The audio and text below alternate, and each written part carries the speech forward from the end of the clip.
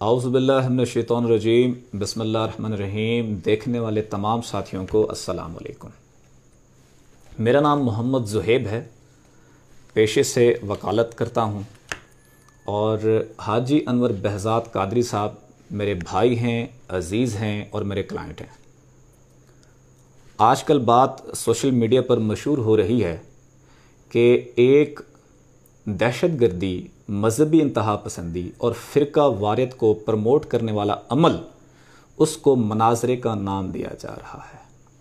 بھائی کوٹ میں ایک ایسا عمل، ایسی کارروائی کی گئی جو کہ مناظرے کے نام پر دھبا ہے، اور اس حوالے سے آج بات کرتے ہیں کہ جو کہ وہ مناظرہ کیا گیا حاجی انور بہزاد قادری صاحب اور مفتی شاہد عمران اور مفتی عمران جلالی کے درمیان، اور اس میں ایک فتح کا جشن بھی ساتھ میں منایا جا رہا ہے، یہ بھی دکھایا جا رہا ہے، جبکہ حقیقت کچھ اور ہے۔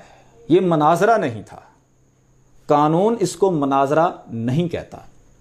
یہ جو دو مفتی صاحبان ہیں، مفتی شاہد عمران جلالی اور مفتی عمر فاروق جلالی، میں ان سے سوالات کرتا ہوں اس مناظرے کے بارے میں۔ مناظرے کی کچھ شرائط ہوا کرتی ہیں، مناظرے کے کچھ اسینشلز ہوا کرتے ہیں۔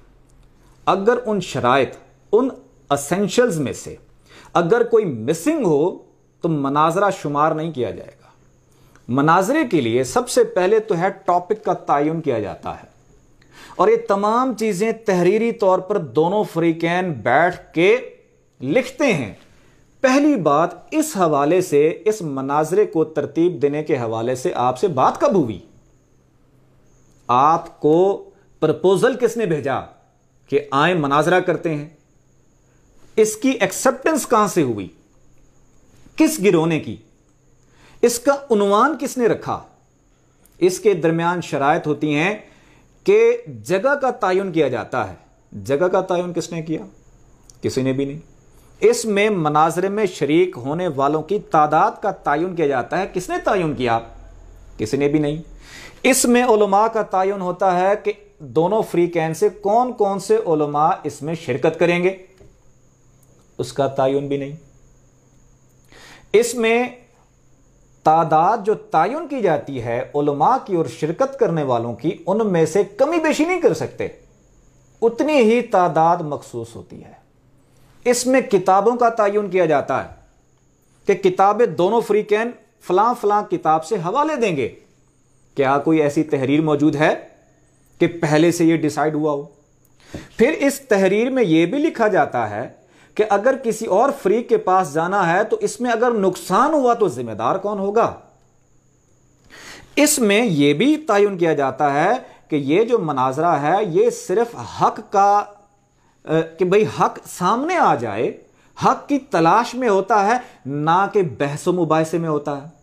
اگر مناظرے کا نیت اگر یہ ہے کہ ایک دوسرے کو ہرانا ہے تو اللہ تعالیٰ قرآن پاک میں فرماتے ہیں جو ایک دوسرے کی ہار اور جیت کی غرض سے اگر بحث کرے گا تو جہنم کی آگ تیار کر رکھی ہے۔ امام ابو حنیفہ، امام مالک کا آپس میں مناظرہ ہوتا تھا، امام ابو حنیفہ ہمیشہ جیتتے تھے۔ امام مالک کے شاگردوں نے کہا کہ آپ نے ہمیں رسوا کر دیا ہے، انسلٹ ہوئی ہے ہماری، تو انہوں نے کہا کہ میں بحث جو کرتا ہوں وہ اس لیے نہیں کرتا کہ میں جیت جاؤں، میں تو بحث اس وجہ سے کرتا ہوں تاکہ حق سامنے آئے، اور یہ کام اللہ امام ابو حنیفہ سے لے لیتا ہے۔ یعنی نیت تو یہ ہوتی ہے۔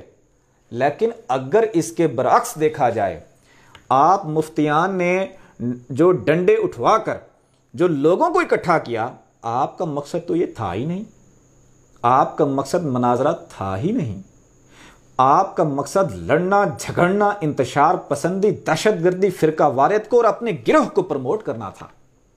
آپ کا مقصد تو حق کی تلاش تھی ہی نہیں، ورنہ ایک بندہ جو پہلے سے یہ کہتا ہے کہ میں مسلمان ہوں، ختم نبوت پر کامل ایمان ہے، اس کو آپ کافر قرار کیسے دے سکتے ہیں؟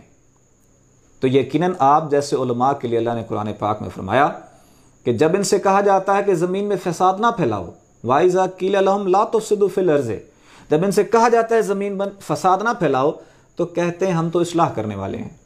جان لو یہی فساد کرنے والے ہیں لیکن شعور نہیں رکھتے۔ آپ نے انتہائی غیر ذمہ داری کا مظاہرہ کیا ہے.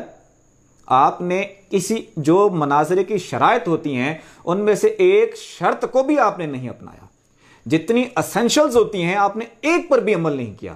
اگر آپ نے عمل کیا ہے تو سامنے دکھائیں، پروف دکھائیں کہ ہم نے مناظرہ سے پہلے یہ چیزیں ڈیسائیڈ کی تھیں، یہ آپس میں بیٹھ کے تحریری طور پر یہ کیا تھا، یہ مناظرے کی شرائط ہیں.